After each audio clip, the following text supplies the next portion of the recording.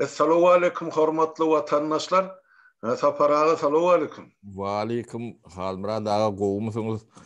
Illeşler salamu alaikum. Buyur Halmurad ağa.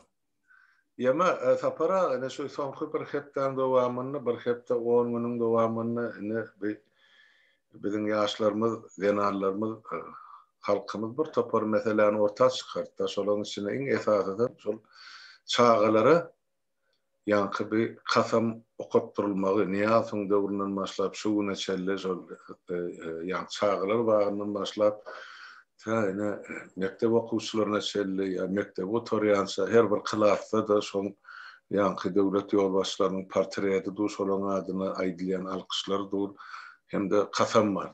Esası da şol kasam çağaların vermeli kasamı yani aytmalı kasamı. Şo barada gatkan gurrun edildi bizim şol mass mediamızda töwregimizde adamların gozgan meselesi gatkan bu barada. Soňra ýaşlarymyz ýa-ni gurucu hökümet anketa ýaýdy şu mesele boýunça şo taýda görkezlen netije bar onuň soňra aýdyp berer. Häzir şular barada ikimiz özara bir sorap getleşik etsek bu öz pikirimizi aýdyp bersek halka anarak görnüşdi. Hay bor Halmurad ağa. Ben niretini tutup başlayalım. Ne adamlar yani diktatörleri ölüm cezası dağıttıydık da ya da şu nemeye katnaşanlar yönü şolun günahı bağışlanıp bolor yönü ne şu mektep nemelerine şuları yala katami girden adamları onun şu katami mekteplerde çağları öğrediyen muallimlerin vicdanlarının ne bileyim kalan ömrünü rahat demetmediği bir yaşap bilmeyeceği aşikar. Bu zatlar Türkmen bir ara volunteer'un söyle nokta. Yine Türkmen cemiyetini iki asır iğdadığın zatın düğü saydiyatanlar. Bunu Türkmen bir ağraydır. O bilmediklerini olayandır. Yönü yine cemiyetin iki nesili, iki yarım nesili çüğreden demen yine düğü saydiyatanlar. Yani şunu yani akıl verenem, fikir verenem, uygulanam, durmuşa sokanam, o dünya bu dünya. Türkmen cemiyetinin önünde hiç günahı bağışlanır yalaklat derler. İki yarım neslin ömrünü kül ettiler. O çağalıkta bu verilen demen neticesinin ne olacağını bunu düşünen yok. Ne şuları ölüm cezası mı azdır, yakanda da azdır. Ne bu cemiyetin düğünü kökünü uğratmak değil ya da. Ya bu kat ağacıdır yönü bizde vicdansız bir ağrayı ya da cahil yenataları şunu yuğdonlar için de önündeki nesilden bir nesil şuları bağışlamayacağından bilen ben. Halbuki bu da Türkmen için oyuncak yalaklar. Dağdan için oyuncaklar ya da hiç bir pervayete da yalak. Yönü nesilin ömrünü kül ettiler. Doğru. Şuna öyle şu temanam hiç vakit açan nelerdirler, açan nelerdirler, bunun neticesinin ne olacağını demediyen nelerdirler, cemiyeti nadan ettiler. O man kurttuğunu mervet. Ödem cemiyet şunu yuğuttu. Şuna kail oldu, arda oldu. O bir korkan ya bir çıkıntı diye adaydadım sonun ya yine bir başka da attı ya. Yönü bu zatlar bağışlanar yalak zat değildir Halmurat. Şu diktatörler milyartlap uğurladılar zatlar diye de şu zatın yanına şol uğurluklarım hiç sattır. Hiç sattır. Ya dünyada kulak yalaktır. Yani Türkmen çaydamda. Şu yüzlap, milyartlap uğurlanan pul, yani şu zatın karşısında dünyada kulaktur. Bu sözler deme ağacıdır volun. Yönü, şu adamlar şunu Türkmen cemiyetine dakan adamlar hemmeti bağırlanmalı, çıkarılmalı orta. Yine şu milletin önünü in ulu cenayet eden adamlardır şolar. Bir muallim olup, bir yazıcı olup, ya bir yönü fikir veren olup, yine bir yarancak olup, demeti önemli değildir. Yönü netice ortadadır. Bu resultadım ortadadır. Siz neyim için bedbahtlıklığını, şunu yetenliğini, yani düşünüp bilen nersiniz? Yani şu nemelen en ulu sebeplerini biridir şu. Ya bu anırsının zıncırım var. Bu yeki beyle olup giden o var. Ya bunu koyuyorlar. Onu cemiyeti sonra yetiştiriyorlar. İndik edecekler atlarını. Yani şu atları iyiliği de koysanız, yani bilim demesini yok etmek, beyinlerini çaykamak, onun yankı iktisadi reformaları, siyasi reformaları yatırmak, onun halkı soyma için yani Türkmenistan'ın bir resiyalak o pul şotayık bararı yalak etmek, soğum sen kul. Öğüm toprak senkidel, üstündeki önüren önümüm senkidel, sen özünüm kime değişikliğin belli değil. Sen adamım derler. Şu at ne yankı şu Mısır'daki piramidi salan kullar var. Ne o? Şolon yağdayı şu atkı Türkmen'in ne tarihi okak görün. Şu atkı Türkmen'in düşün yağdayından kâin koğu kendine. 3-4 bin yıl bundan yok. Demeler. Öyle hiç satyalak Türkmen'in diline de çoruyan neler? Yönü bir cemiyeti ikatır arkadındırlar. Ne? Neme? Şu tayda yatır. Şunun için bunu Halmurat şu katamı yatırmalı. Yeka katam değil. Şu Türkmenistan'daki okul mekteplerinde verilen kitaplar vardır. Şonun prezidentlen haydi birinin. Önküsü sonkusu tapağı yok. Surası var olsa yakmalılar. Şunun. İndiki okul sidonunda teyde kitap etfap gelmeliler. Enatalarım, muallimlerim şuna gayret tapmalılar. O binamutlığım çeni vardır. Vurdansızlığım çeni vardır.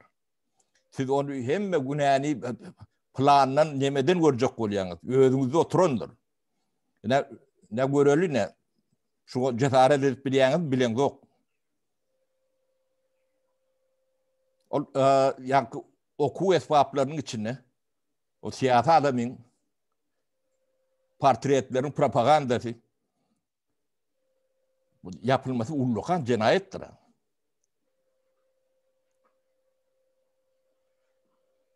O çağa olur. Sen o nesili ne edip yetiştireceksin? Ne şu an günlük sıralı adam tapımız yok. Ne? Şunun neticesi. Öyle yüpünün üstüne o odun koyup bolur ya adam tapımız yok. O soğutlu olanı hiç soğutsuz olsun. Yani ağırdan yankı ahlak nimetinin hemmecini cüret bilirler. O yalanın katam okumak. Çağalıktan, kunnuktan başlayanyalık başlayar. Tağalıktan yasırlar başlayar. Ben demem şol hal Murat.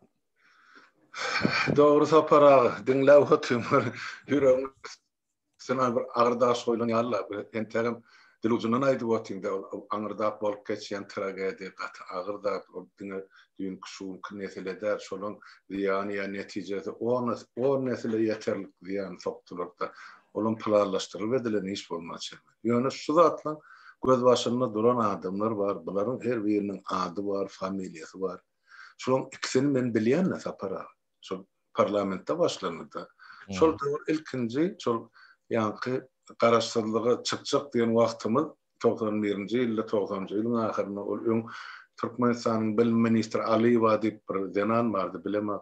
Bilýän. Azerbaýjan bil tanama gowy. Türkmençe de gürläna, tribunadanym diňe rusça gürleýärdi. Şonu geçirtmedik gowy. Ministr bolmak, para horluk näme bar universitetde, institutlarda. Ondan Niyaz getirip yerine şol Nuri Sahat tip yerini soktu. O da şu Türkmenistan'ın emesi kitaphanelerini yol başlattı var, çapkhana. Şol ilkinci tribuna çıkıp yine aydan bize 10 klas bilim gerekken, bize 9 klasan bolya, oğullara kıyıları 7-8 klasan bolya deyip utanman, uyulman şolunu tribunadan çıkış etti. Şunam şu oturan deputatla köpsem değil mi? Yani ağlabası onun dokusu ses çıkarman kabul ettiler. Şunu dinler. Niyazım şondan sonra karar çıkardı. Orta bilimi yatırmak var. Ola bir adam. Yani ilkinci paltanı uğran adam Türkmen halkının yaşagasının bilimine karşı. Elbette Niyaz onu uzak saklamadı. 5-6 aydan sonra onun vazifesini pızık koyverdi. Onun has beter özüne boyuna özel getirdi. Bilem sonra yüreği ağzını tutuverip durdu. Yöne, ol adamın eden ene cenayeti şol halkımıza karşısında. İkinci, men bilýänim, ol yazıcı Berdenazar Hudaynazar ikimiz de gurrun edip para verdi. Siz onu has. Şol öňüňizde mehman bolup gapyňyzda aýlanyp berende urunur bilýäňiz. Hemen onu şol hem şahir ya yazıcı bolanda soňra Kızlarbatda ýa raýonyna gowher geldi we mandatyny tapşyranyny raýondan gelip şoň ornuna deputat saýlandy. Şonu men ýanyma geldi, men gollaýsam diýip. Ýok, men tanamayan adamy gollamak diýdim. Şonu ýüzüne urulany alyp gitdi. Ine şol ýanky biziň şol Türkmenistanyň şol Niýazyň adyna ýazylan konstitusiýanyň ýemesi şol ýanky awtorlarynyň biri şol ýanky şol kasamyň awtoryň şol gara ine iki adam men bilýän hakyky şol işe ilkinji ädimde gatnaşan adam. Olardan taşgary kimler gatnaşdy. Şo Türkmenistanyň ýazyjylar saýyzy bar. Şo taýda 300 san agza bar. Şo 300 san bir 10 adam şo şulatlardan daşda durum bolsa durum ýöne galan hemmesi şoňa hem gatnaşdy, gatnaşmada da el çarpyp kabul etdiler şo. Ine halkyň öňüne çykyp ine öz sözüni aýtmaly adamlar, söz aleminiň ustatlary goşadyrnak üçin ine şolar halka öz pikirini ýetirmeliler de şuňany görkezip oturda ýaşlamy çykarypdyr. Poşalak bilen topalagyň şol humor üstü bilen ýa halkymyza azy hakykat şo da uraýdyp beren. Ýöne bir ýazyjda o gaýratym tapylmady. Ine şondan soň tapara emelegeli klaslarda ine portret goýmak, kitaba adam girizmek, ine şoňa taňry ýalkasyny aýtmak ýa şoňa hormat, şunu senden aşağı ýanky şahsiýet kulturyny öğrenip başladylar. Gaty dogry diýen sen, men ikellep arazy şu meseleni ozal goýmalyk, Irak ýöne halkymyz düşünmekde.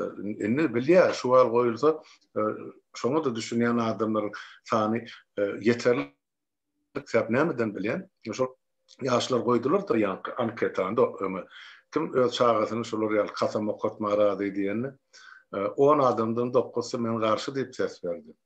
Biri men şoňa razy diýip berýär, olam kim? Ya şol hökümetiň öz işini işläp oturan adam, ya şol ýurduň daşyna çykyp öwrülip ýurduň içine gitmejek adam, çağatyny kasam okutturjak geldi. Üçüncüden ya da şol biziň topormyza garşy duran adamlar ne ýöreýse etip ýazýan. Başgaçy bir akly ýerine adam şoňa men öz çağamy ýanky kasam okutma razy diýme haky ýok ýaly. Ya da şu yankı ruhnama halis anını aldıran adamdan yazıyan zadı olma. Sen 2,5 nesil dayılarını da hakikaten zapara. Yine şeyle men diyecek bolyan zadım o ne bir müddeti öttü ya yetti şu zatlan besser halka diyecek bol milyon yani yerden aşağıda kıyaşı bol sohbetleşmeye oturuyoruz. Hasana şöyle bir çağrılamada biz yani kasam okutturmalı. Yani yalan sözlettirmeli. Ana çıkardı.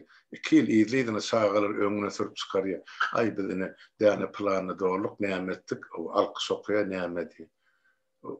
Çağan dili bilen yalan sözlemek neme gerek oldu. Halkarlamak dünya cemiyeti. Yani şonu ettirip otuyorlar. Yani şu çağı ulalarını sonradan da sen aydırsın ya samimi adamlar emele gelir mi? Elbette. Bu bir tragediya. Çağılıktan şu zatlar emcekten ne diyeyim en sadıktan ne uğradık başlayalım da yalan sözlemen. O yalanım yönü yalan neyle? Yani prezidentime dil yetirsem ben ömrüm kül olsun diye de. Bu elim uğrasın önküde Yo dilim elim uğrasın, ayağım uğrasın. O ne eylek koyar? Onun demek bunları dil yetirmeliler. Onun demesini fundamentini uyarlar da. Bunun iyiliğini iyilerlerden bunun maksadı el oluyor da. Yani bir adamlar ettiriptirler demettirler. Yani bu çağılan enesi atası var. Katı da olsa para. Ha? Onun vicdanı, cevapkarçılığı nirede.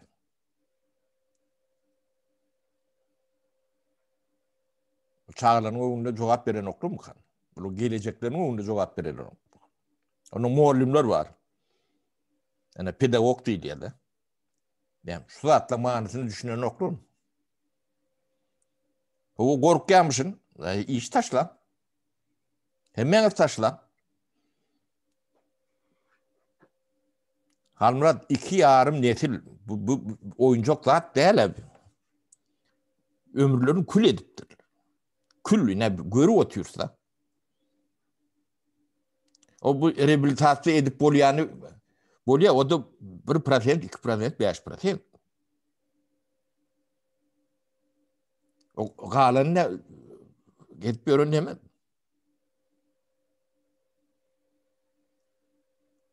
Bu aylar sağlı. Öyle başta da görünüp durun da hatta. Bunu aydanda da aydayan adamlara söz veren okur. Şu meseleni kaldırdın. Sana ikinci laf yok. Söz yok da. O dövülür internet ne öyle.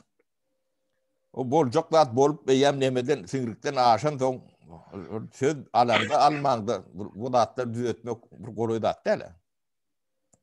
Yani şunun için aydiyat küllün diretmeli bu millet. Bu millet bitti, bitirdiler. O yeme değil, yani yetişen çağlar değil. O en asası bilemedi yani. Oğlum şunu kabul ediyen olsa, çağa da şunu alak yetişen olsa, başka sağa neye mi gerek? Yani bu cemiyetten burada taba olup olur mu? Onun bu cemiyet elbette yaşayasıydı. O yok, bu yok diye. Ne için bir eşirette yaşam yok. Siz ne için eşirette yaşamalı? Kulak şu doğru o cevap verin. Millet. Siz ne için kovu yaşamalı? Yani şu cevapkarçılığı çağalan doğumunda almayan olsanız siz ne için kovu yaşamalı? Bunun cevapkarçılığı vardır ha, Almurat. Tevigat size başlamıyor. Ekol, kanun ya beyleki neme değil. Tevigat başlamıyor. Ne bolonda yani neticede ortada. Bunu ya bastırı üstüremedik bolonu. Üstüne mi yapıp bolonu? Öyle dünyada bolmayan dağıtlar oluyordur. İnsanlıkta bolmayan dağıtlar oluyordur. Türkmenistan'da. Yani neticesi şu yani o elim uğrasın, ayağım uğrasın, dilim uğrasın. Yani portretlere çokunmak o çağın beynisi ulluk anam dele. Näme guýsaň şonu alýar kulak. Soň arasalap bilse doğru bollugy.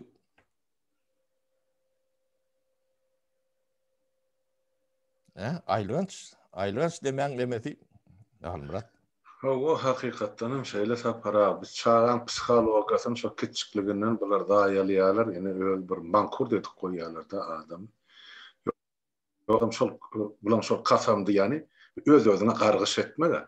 Öz-özüne bir şular ýaly bir print tutsanam aşağı düşürmek öz ýani insanlyk mertebe. Bolýa şo jaga çağa düşünenä. Emma en atasy düşünenäkmi? Indi en atalarım düşünen şoň kıyaslar, indi bularım en atada. Ve bu yaşlarım dün hana şol çağı bol, yani kasam okarlar. Olan en atasım şol. Onun aňyrda ýa biziň nesilimiz diye ikimizink. Yani şu zatlara gözüýüm olsa, olan oğlu, gyzy, aktygy ine şuwuna düşdilerdi. Indi bularım dama oturjak bolsa, indi çoğluklaryň üstünde ine oğlu geler, aktygy geler, ýene bir geler halkda dama otursa, ine ondan beter günde. Sebäp halky şu güne düşürdüler. Halkda garşylyk ýok diýip düşünýär. Ýene de bir halkymyzyň başly bolsa para. O inni bolmaz diýip barkaýyndy. Hawa. Indi bir ýerden şular ýaly bir halkda düşünür, şu işler geçirip başladyk bol. Olar gorkup başladylar. Gorkup o tarafa geçti. Ol bar hakykatdan para. Taşynan sin merýät. Onun bizde öşürmek gerekler. Biz etdik, ol etdik, nämet. Ýöne gorku o tarafa geçti. Yani şu ýagdaýdan halk aktiv peýdalan birden ýerine turup kalkyp gideýmelýärler, öz hakyky üçin var. Şu ikirjiňden teredip oturdy. Biziň halkymyzda şu kümsüklük bar. Ýok, ýa kümsüklüği mekdepde okulýarlar. Şo da kümsüklük adyp demet görmeliler. Olar etsin soň görür, ýurtda dörse bizen baraýarsa diýip şolun kolegasyna diýip oturan adamlar magally. Bizim pikir edýän ol ýanky sen aýdanyň hemmesi ýöne puzzle bir-birine geýdirilip durdy. Hakykatdan kewşirlenen svarka bilen tutulan ýaly. O nesille bir nesille geçirip nesille ganam oýmadylar, bir işiýli bir mertebe de oýmadylar da. Ýazylyp ýatyr ministerlerine çelli, harbalarına çelli, iktisatlarının arasında salamer utordu. Bütün dünýä üstümizden gülüp duruşu meselede. Ine harbysy şeýle bolsa grajdan eşiklisine aýylkar diýen. Almurad ağa ne bilen ya ikimizin mememiz ýören okmy, yani şu karar yatırılmalı. Yani kata mekteplerde doğru yatırılmalı. Onun prezidentlerin ya siyasi adamlar, leki prezidentim der. Mektemelerde oku esvaplarda surotu bar kitaplan hemmesi yakılmalılar. Böyle bir etir yakılmalılar. Ne halk biz ne etmeliye? Ne siz etmeli adınız şu. Atı doğru tapara bir erteküne täze Türkmenistan gurularyna garaşyp oturmalar, şunu etmeli işiniz var vatandaşlar. Ana şumal indi okullar oturdu, mektepler yapıldı. Ana hanlap duran klaslar ya mektepler içi dolu portret, çağalan kitabı. Anın hemmezin köçe çıkarındı. Ya zının ya yakın. Enesinin halkın karşılığı şol. Onun hökümetin öňüne çykyp etmedi. Zınk koyber. Koy yatsın köçelerde. Sonra olur düşünür. Şu siyasetin inni halkın yemesini durmuşunu aňyny orun tutmajağını. Siz şonu bir bildirmeli. Şu siyaset bize gerek gel. Bizim çağalymyza gerek gel. O biz şuna karşı diýip internetde ýazanyňyz ol ýeterlikde. Şu karşylygyňyzy hereket bilen görkezmeli, subut etmeli. Şuňa vatandaşlar bir her kızatın bir öz bir mukaddesligen bardır da. Görýäňmi adam şumar şu beş wagtyny namaz okumaýanam bolsa bir ýer Kur'an-ı Kerim kitabı görse alıp maňlaýyna silýärdi. Şoň içine ýazylanlarda hormat koy. Ýöne ol kitaplaryň içinde, ol portretlerde maňlaýa silýärlik ýa çokunurlyk hiç zat ýok vatandaşlar. O şeytanyň oýlap tapandady, ol bir halkymyzyň başyna gelen musallat. İsrail diýsen hem bolsa. neçe milyon adam wagtynyň ir dünýäden täzelede. Şu sisteme derali, şu adamlar derali, şu cenayet gär topar derali. Inni bolly bir çakdyr. Watandaşlar herekete geçsin. Berkedin inni şu zatlar. Taparagy dograýdy wagty. Şu zatdan gerekmejeni hemmäňden görüp oturdum. Alında yakın kitaplar, ya köçelerden yapmacak bolsaňyz. Portretlerini çel. Goýup palet ýygnasyn çöplesin, ekitsin. Öz köçäňizde gorkýan bolsaňyz, ekidin de başga köçelerden, ol ýabyň garasynyň, bir ýoluň garasynyň görülýän ýer, zibilhana taşla. Goý görsün, bilsin, halkyň şu zatlaryny mundan beýle kabul etmejegi. Watandaşlar. Bilemir ulluqan garşylygam diýmäň bol, öz içki garşylygyňyz bolup durýar. Öz mertebeňiz, öz saglygyňyz, gelejegini gorumak üçin. Ine şu zatlary dogry düşünjek bol. Bolmy inni besir yeterlik. Hana şugun şu Türkiýede işläp ýören çağılar, düýünki şol kasama okanlar, ilmsiz, bilimsiz garlar. Belki şolaryň içinde doktory bolmaly, alymy bolmaly, injeneri bolmaly, ýenesi bolmaly, gülýäli ýaşap oturmaly. Bu durmuşda lezzet alyp çağılaryň, maşgalaryň içinde. Bular sersepil sergezden kim düşürdü şu ýagdaý? Ine şu zatlar okudylar üçin, şu zatlar aňyna siňdirlen üçin, garşylyk görkezilmän en atatam şu günde, çağılarym şu günde düşdi. Ine bularym sesini çykarmasa, bularym gelejegi ýok. Ine çağılar. Bu yapyrly, bir zynjyr ýalyk aýlanyp durdy sapara. O ýöldürni adamym hatap edip bilen oklar. Şeýle bolmanym kandiýalarda.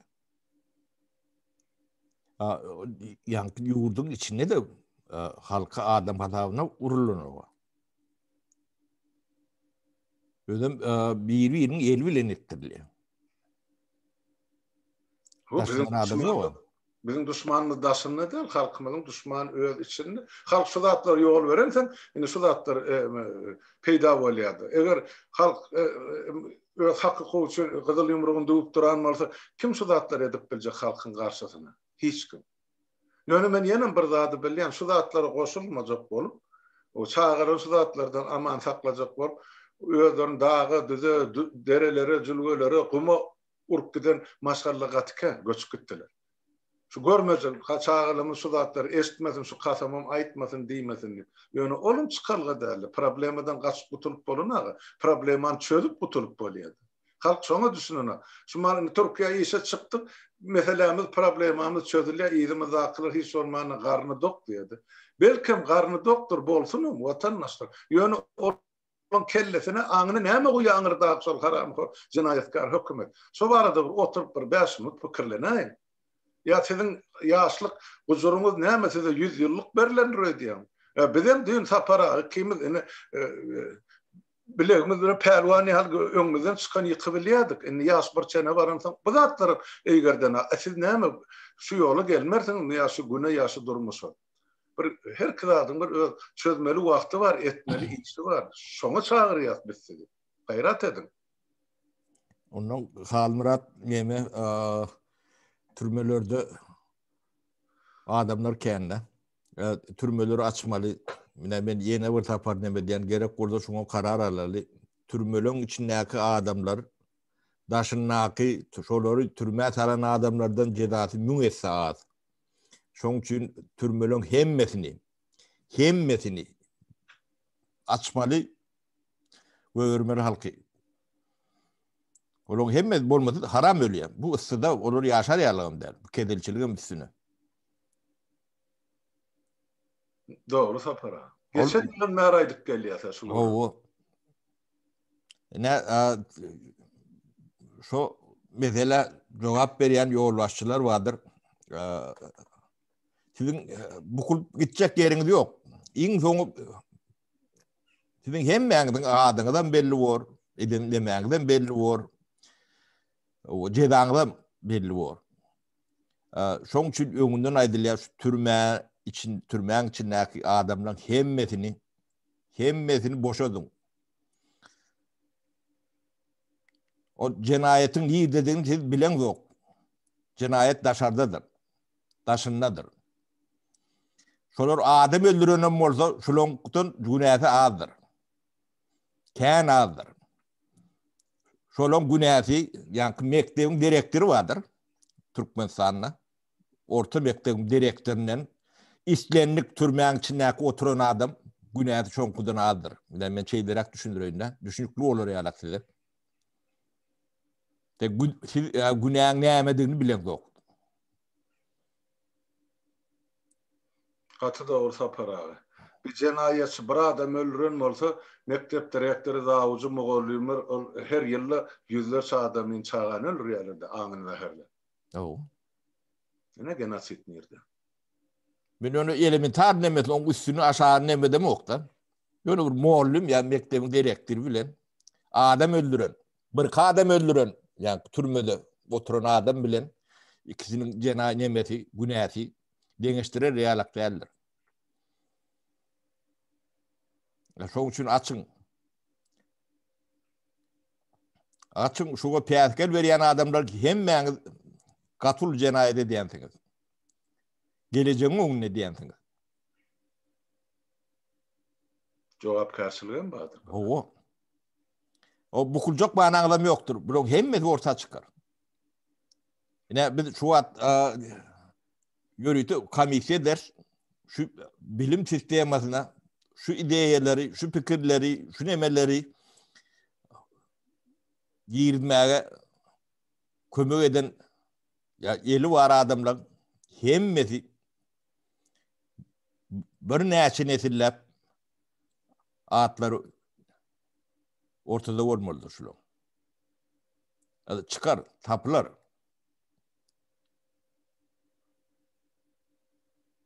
O cemiyet yok etmek diýmek o ýa-ni bir maşin buğday uğurlanýarlyk ýa pato uğurlanýarlyk däldir.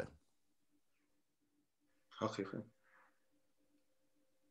Biz zatlaň güýüne düşünmeli. Dogry düşünmeli. Şuň neme aýdyp biljek adam şu Halmurat. Ona näme şu ýerde şuýlukça tamamlaýry gepleşigimizi watandaşlara da ýene bir gezekge atladyly şol çağılaryň çağıları ettirilýän şol kasam aýtdyrylýan sözler ol cenayetiň ulusy watandaşlar. Olaň biz gelejegini öz elimiz bilen gömüp otyr şo taýda. Şoňa dogry düşünün, bärde bir ýeňil ýel paýdatda ne görüp otyrsyňyz, şuň kun ullukan adamlar özüňiz ýadyňyza salyp, mekteplerde näme diýdirdiler size Niýasyň portretini öňünde. Şu zararly dälmi şu güne düşen ilmsiz bilimsiz galan? Enatalaňyz dälmi ýa özden goşlaňyz dälmi? Wagtyndan iri ýogulan barmy seredin ana gonamçylyk. Daşlar mazardaşyň ýüzüne ýazylydy. Hakyny güne salmaly. Ine öz çağıryňam şu güne salmakçy. Yok bolsa onu çäresini görüp. Ana aýdyp otyk sapara, ýeňiljek ol. Men ozal bir näçe gede gaýtdym. Ýakyn şol gurban bolyň portretlerini. Men size adam ýakyn diýemem. Ýakyn portretlerini, ýakyn şoň gemelerini, heykellerini. Diňe bir ýerde nebit dagdy edildi şol. Bütün Türkmenistan boýunça bir portret ýoludurlar ýakyn. Ýöne başga ýerde şol atlar edilmedi-de. Näme şol her portretiň ýanyna her kitaby şol hökümetiň milisiýasy polisiýa gorap durana. Olarda näme bar? Gorkar ýapoy. Olar sizden gorksyn. Gorku we motyla. Indi olar iki tarapdanam ana ýa-da jarlarny halat etmeliler. Ol aňyrda olar işe belläne men olar gylyşlap oty halkyň gözüne oku bolsa şu polisiýalar atsak ýa mahkeme bilen. Ana şahyfy näme etdi görüp dursunuz. Iki ýyl ýetirmen ana halkyň gözüniň öňünde wezipesinden maşat ertirem onu owadan ne pedagog. Deme ýa şunu tragediýa tapara. O Halmurat o prezidenti kasam etmek diýilen zat cenayetdir. Bu näýrekden prezidenti kasam edýän. Dogry. O döňük bolup bilýär, ana döňük. Watana, milletine, topragyna kasam edersin. Bir şahsiýeti näde kasam edersin? Öňkam dönükde, sapar adam dönük, bilen dönük. Ol etkediliň nemesini de seretmeli. Onu entek biraz wagt bar, onu seredersiz. Şumal gorucu meclisde şu arada maslahat edip otyr sapara. Onu nesip bolsa bir kepden halkyň dikkatyny çykarar, anketany goýar. Şu çağılan kasamy aladip milletin pikirini öwreneli. Ine şumal halk aýdyp berdi. Sag bolun şu anketa gatnaşaňyz üçin, öz pikiriňizi aýdanyňyz üçin, ine onun dokusu şuňa karşı şu kasam bolmagy ýasaklanyp kalmagy. Eni şonu ortadan ayırmak için hareket bilen berkitmeli vatandaşlar. Hareket hem şol ýankysa paragan aýdyşy ýaly. Şol kitaplary, portretleri zıňmaly, ýapmaly, o oklan köçeleri, ýaplan arasyna hajathanalary goýşatydy. Dirdiwiliň içinde ýatsyn. Murat bir ýadyma bir zat düşýär, näme şu ýa embadan başlygyny şonu işten aýrylyş barada gurun berdiňler. Awa? Näme diýdiň familiýasyna? Çakyýew. Çakyýew. Onun öňküsemmady. Awa, ýa-ni bir näme o familiýa? İskender mülki näme? Müllükov. Owa. Inni bir zat bardyr. Biri bir ýolbaşy edaraň biri ýa-ni ogry bolmasy üçin ýokarky birinji adam bardyr. Şoňa sen işe girýän diýen adam bardyr. Prezidentdir. Hemme zada jogap berýän çodur. Şol ruhsady bolmazdan bir adam bir köpük ogurlap bilýänlerdir. Şol ogry bolman beýlekler ogry bolup bolano. Oňa şonu ogry diýmäli hak ýok. Ya öýde boýnalmaly, menem ogry diýip. Şoň bilen gitmeli. Hemme ýerde şonu alakdyr, ýa astafka berýändirler. Ýa-ni bular paça ýalakda. O paça ýa uklayam 1000 ýyllyk taryhyň demesinde paça demetmese ogurlyk bolýanlardyr o diýilýär. Şol onoýlamaly ýa okey diýmeli. Bolýa diýmeli. Bu näme siýasatdyr. Yani propaganda bir görünüşüdür. Ruhsat berer, ettirer. Ruhsat beren olsan senin mi olur? Yani çünkü ol oğurdan sen oğur der. Edip oturanım oğurlu. O. Yani şu propagandasını yürü diyenler var. Yürü diyenler. Şolarım şu bir nemesi şakasıdır. Olurum oğur. Ana yemet yani Türkmen demeti çözülüp du da hem daha yemeğin üstüne koyan olun. Edim. Yani onu görüyorlar, bunu görmedik koyuyorlar da. Görmeli daha da gören okulur, görmesiz daha da görüyorlar da. Yani şu kasamlı mesele var. Hava. Şu çıkan günün ne muallimlere işini taşlamalı. Yine tasarım çağaları okuğu örmelilerle. Ne bolmalı da sonra alak konmalı. Cemge sağdın olanına. Öňde soňda da şu mekteplerde çağalar berilen ılım yok. Ol ılımsızlıktan elbettir. Hava. Ne şu an Türkmenistan'da ılımlı bilimli adamlar kendi iliyede. Şolong ılımlı bilimli bolmalığı has peydandır cemiyet için. Şonu köp bilip işlat bilen okurda. Ona köp bilmiş bolýardy. Yok köp bilmişem bolan ol ne çağa doğanlı gıdıklı bir zatlar vardır. O çağın doğan vadına su atsa çümür yüzer yürür.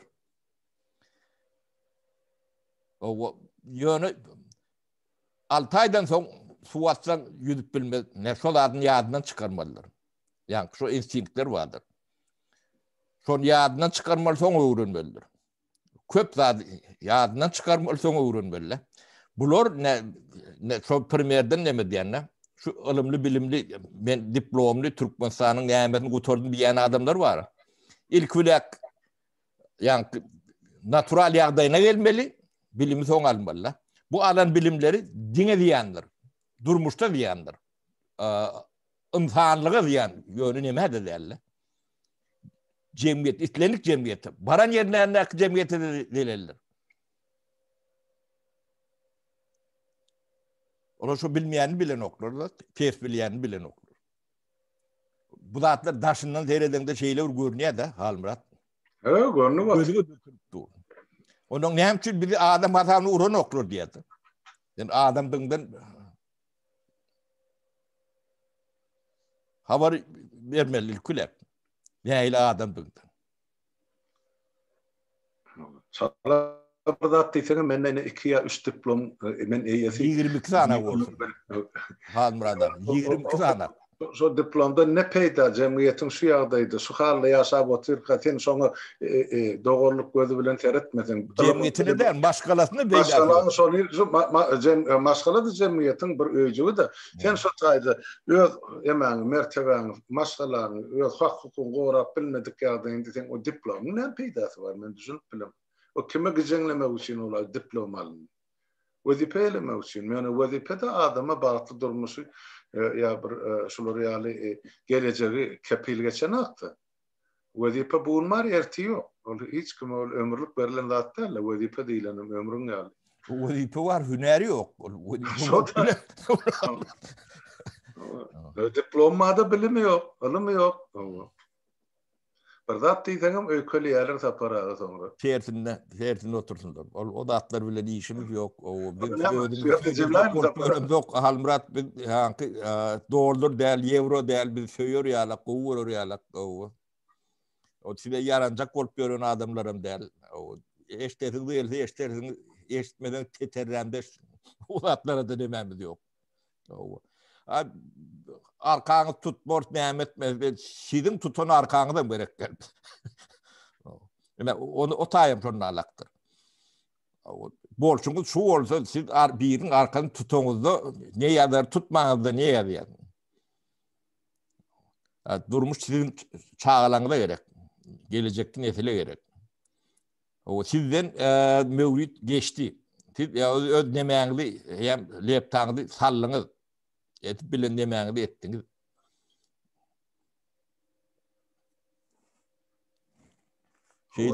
Bolýa Halmurat aýda gutoroly bolmasa ýa nemeler gelýär. Howasym näme bilmedim. Ýok, ahyryn getirmese para. Bolýa onla gel şu ýerde tamamlaly watandaşlar oturuň netije çykaryn şu aýdylan zatlardan şu kasam bardy ýene bir gezek boldy. Herekete geçmeli wagty geldi. Gurrunam ýaşydyr o. Gurrun süýüji saman çöp güýji diýýär. Şon hereket bilen berkitmeli. Gaýrat edin.